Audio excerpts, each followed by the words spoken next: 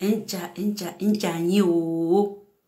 Omwa yi o.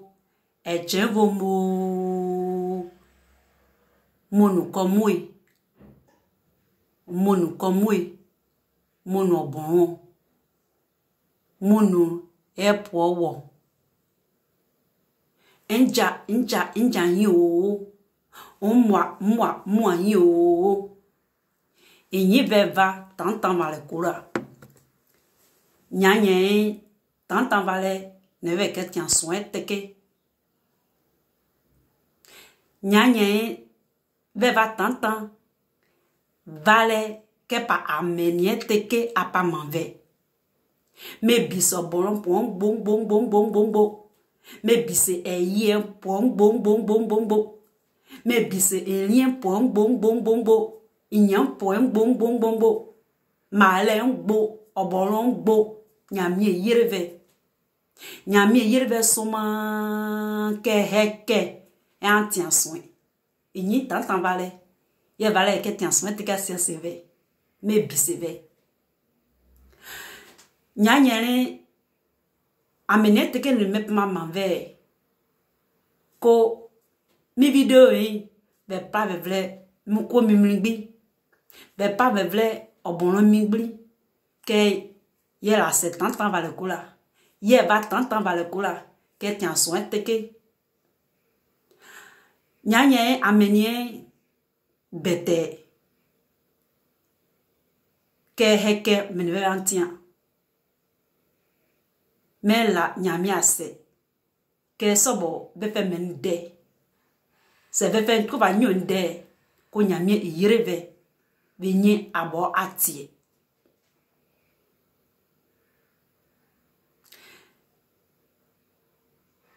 Nyanye oswan ne met ma tian ma seve. Ale ke eme. Ebe mene tian tengla fo we. Ebe okosi baba Nicolo. Pa ke e komo boko mwe amenye ai boso amwenye. Pa ke maleme. Ne entien teke incheve.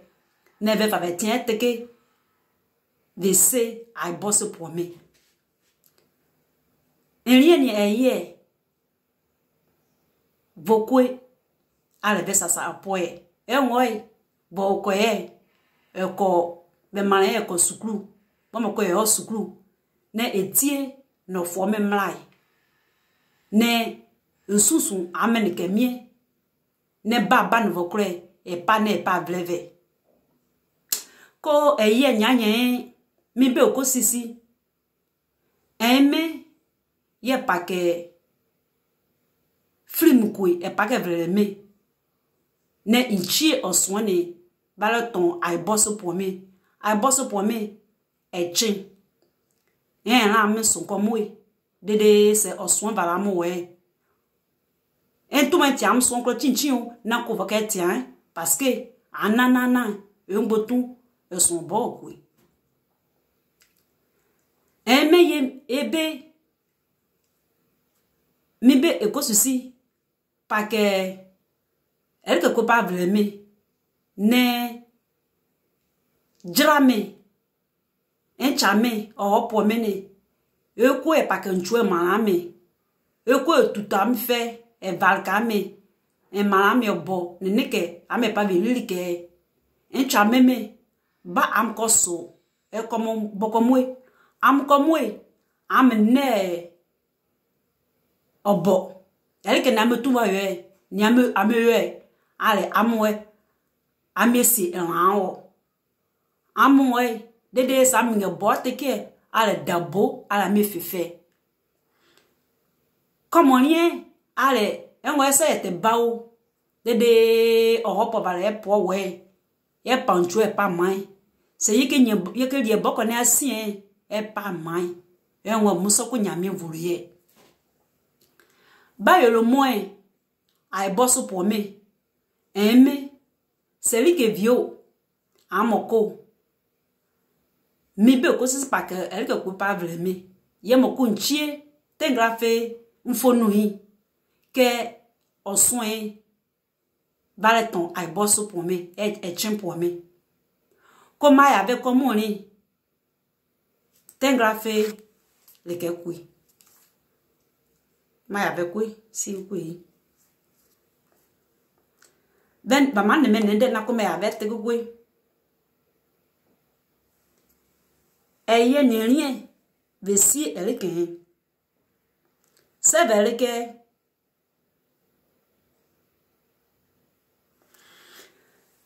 bye c'est manque encore bon gwe ojuko bon manque ojuko manque oyo so ne ko ba to bon c'est mingi ele ke kui manque obon manque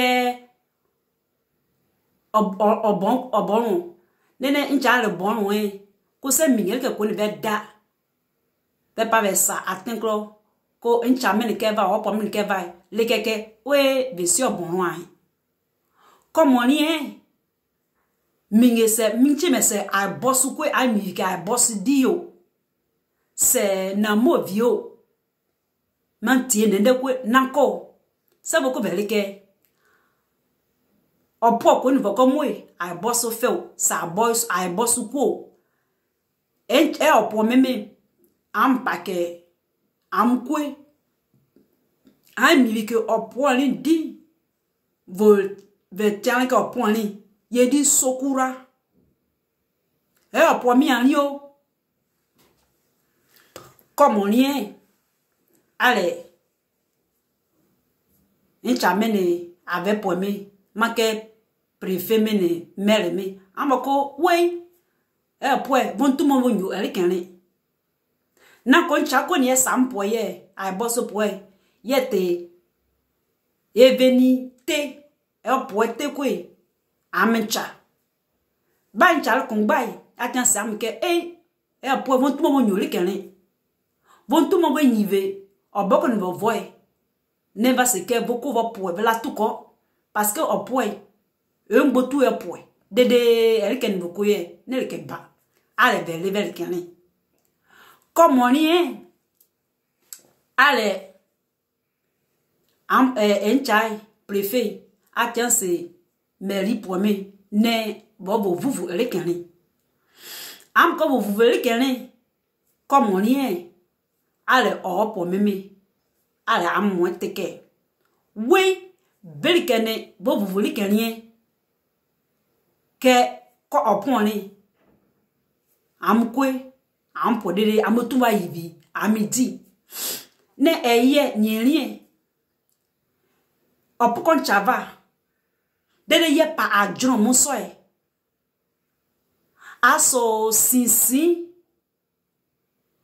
antene ke ebla wutwe antene ke assez voko betien on souhaite que vete s'aimer comme on y est oh pour même am paquet ni et yi na paquet am ko vous ni que ni ti meri que belle que ouais allez meri pour me ko vous voulez américain hier na oswane so so tu atien dede mo metin ablukro ne betele se echeme ame tam fe vesi amku ampoe encha fe mango ochin nene ni ame ba kun apinpin amku amkomwe ame oso ko ba bogun joie vema o po me eleke amukwe amupoe ame tu va pa e ba e berin ba pa ba ya ampoe encha meme am gbeko na ka me agbe na ko se va nrikinti boko va na sabo poe boton wo bo me be pa e mara me amoko obo de kai incha kuko sa obonron bon tonne yamoko yokoto mbetie na yosai bon tonne mbetie de kai mbetie me am ko nwa de ame kai Et ça qu'on a mieux le woko n'a pas comme un million sco de dé. A tché ben tonné. Ça me coupe c'est million c'est fingo fao. Am to la million fait. Maintenant ça me que a caillé. 20 tonnes en bon pour me bétier. Bon tonne comme moi bétier in cha meme. Ban ne connaît pas comme moi. Am ka papoué. Et tiens dada et tiens sévère. Et tiens dada mais tiens me sévère. C'est beaucoup velike. C'est beaucoup velike son va mieux. Am valen chapo we. In chapo we. Dede c'est madame choué. Comme ko ma me boko ni am kasien. E ma me boko ni ala kasien. Comme ko ba ma me. Wo va ko am kapa. E ma me wo va ko am paquet. Am kaske ba ma me abo amio. E ma me obo e. Ba wo ko wo yoy. Comme ni kasien. Ba ni am ke fisel mon control e. Ko ba m kon am we am tekle am sobo o we la tuko ale ka mame ama pa e poe o we parce que amerika ke veni vo yete ye so ni yo uncha e ye fe ncha lo uncha e ve tave fe van tave fe ne be wala ko mo de ve ton go bombo pa mancha am ka bebe ngante ko na me bebe boko fa ve mi ngante am chime ngante am ko mo na ko am sobo am ka wutue bebencha won uncha ko am cha nani na ko ncha mbale ame bebencha ngante ni ame bebe ni nyamvula ko dengle kiti bo nyove lanne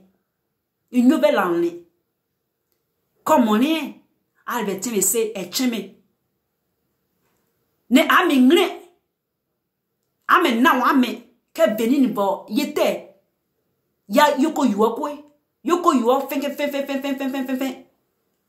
parce que am ko like am nusumo eme am nusumo aminyekro mosa me susu mi ji me sam selo mi ji me sam tinisio mi chi me de commonien mettre soin ma seve incha koto mbetie ayo esa ou me koto mbetie 20 tonnes de ce que akaye yes a jiwo ko na ko ye kaye yo toro suko bon ko man wona ko ye kaye akaye ni kaye yen de ya wu wa va ke rie wala se ke rie woni che ke rie muso boye moi vers betia po beaucoup ve mako bon ton me ve betia pas mancha ke aveo ke de 20 tonnes betia me Matin va se ver devant ton défait. Car ne va pas ping du coup beaucoup am ne va pas ping ça ne va pas ping am ne na se va pas ping ça ne na se va ping am ka ne ni chim va ping comme on y al mettre me se ver ko ve pas m'amener ve pas vrai mibi ve yo like mi vidéo ve pas vraiment au bon pour un beau à mettre soin ame tie soin va pas faire am wom kro que vont ton petit aimé. Bienvenue sur Life AQ avec Lisa, votre présentatrice. J'espère que vous allez très bien. Pour tous ceux qui viennent cette vidéo, vous êtes très bienvenue. Abonnez-vous surtout et faites partie de Life AQ avec votre Lisa. Alors ce matin, je viens dans cette vidéo à propos de ce que certains membres du RHDP à Boisseau ont commis dans la mairie d'Aboisseau. Je trouve ce acte très provocateur et très déplacé. Je ne sais pas ce que les gens du RHDP cherchent, mais je pense qu'il va falloir vraiment éduquer certaines personnes du RHDP qui croient que tout leur est permis en Côte d'Ivoire. Ceci étant dit, il s'est avéré que hier, notre ami Okosi nous a envoyé une nouvelle disant que les gens du RHDP, certains membres du RHDP à Boisseau, ont commis des dégâts à la mairie parce qu'il y avait une certaine, une certaine pancarte de bienvenue, comme d'habitude dans les autres villes qu'on rencontre de bienvenue, changer le nom de la ville ou de cette contrée-là en disant ou en donnant un nom qui leur est approprié à eux seuls. Alors je vous montre ici ce qu'ils ont fait. Alors, les gens du RHDP, je trouve que vous devez vraiment revenir à de bons faits. Je ne sais pas si c'est de l'imbécilité, ou c'est de manque de bon sens, ou c'est l'ignorance. Il va falloir que vraiment vous commencez à réfléchir. Vous ne pouvez pas vivre dans une société, vous qui êtes des halogènes, agir de la sorte. Vous croyez que la violence, vous avez le monopole. Vous croyez qu'en étant violent, on ne règle jamais les choses par la violence. Vous ne pouvez pas aller sur la terre de quelqu'un où ils ont enterré les nombrils des gens, la terre des gens, et vous imposer de la sorte. Vous comprenez? Vous vous filez vraiment du mauvais coton. Certains membres du RHDP. Votre comportement est inadmissible. Il va falloir que vous changez votre manière de faire. Alors ici, les Ivoiriens, c'est ce que nous, on vous disait depuis. Il va falloir serrer les ceintures et arrêter cette hémorragie. Parce que nous ne pouvons pas vivre dans l'anarchie et dans la violence comme au temps archaïque, comme au temps rudimentaire. Vous faites comme si vous avez tellement la force et que ce pouvoir ne va jamais finir. Mais vous vous trompez. Ce pouvoir va un jour finir. Et ne pleurez pas. Ne dites pas que les gens sont contre vous. Vous avez vraiment fait beaucoup de dégâts. Vous avez endeuillé des villes. Vous avez endeuillé des familles. Vous avez fait du n'importe quoi. Vous voyez aujourd'hui, malgré tout ce que vous avez fait, vous voyez que Ahmed Bakayoko est parti. Réfléchissez et revenez à de bons faits. C'est inacceptable que vous allez changer le nom d'une ville. Ce n'est pas possible. C'est de la provocation pure et simple. Il va falloir rester en paix. Il va falloir rester dans le bon sens. Celui qui a fait cela, celui qui a investigué, ou bien celui qui a planifié ce truc-là, vous les gens d'Aboisseau, vous les amis d'Aboisseau, vous devez dire non, ce n'est pas possible. Il va falloir que vous résistez. Il va falloir que vous résistez les uns les autres. Parce que je pense que les gens du RHDP, certains membres du RHDP dans les contrées, vous pensez que peut-être en empoisonnant les gens, en machetant les gens vont avoir peur de vous. Vous n'avez pas le monopole de la violence. Je dis, mais vous n'avez pas le monopole de la violence. Donc sachez agir lorsque vous êtes sur la terre de quelqu'un. Lorsque nous sommes à l'étranger, nous savons comment marcher. La Côte d'Ivoire, ce n'est pas un foutoir. La Côte d'Ivoire, ce n'est pas un bordel. La Côte d'Ivoire, ce n'est pas un marché aux puces. Vous comprenez? Donc, ressaisissez-vous. Vous, certains habitants du RHDP à Aboisseau. Il est hors de question que vous agissez de la sorte.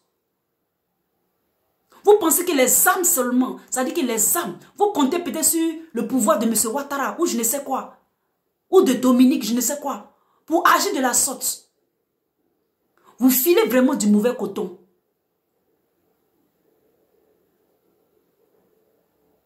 Ressaisissez-vous et commencez à obéir à la hiérarchie, aux ordres des autorités en Côte d'Ivoire, aux ordres des autorités à Aboisseau.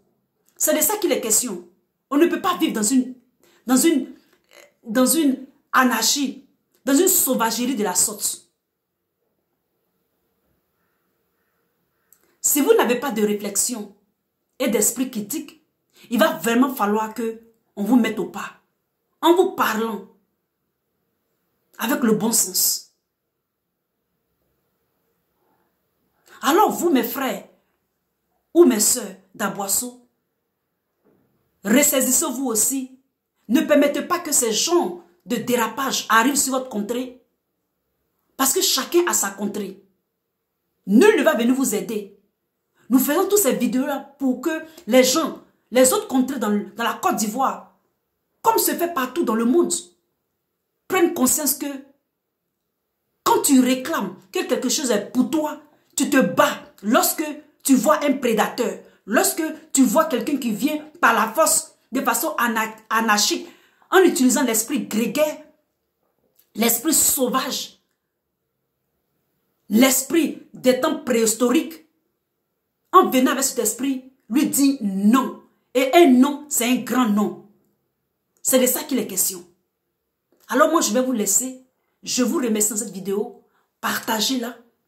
Partagez jusqu'à ce qu'elle arrive à Bonoa, à Boisseau, à Bassam, partout en Côte d'Ivoire. Je vous remercie. C'était votre Lisa. Bye.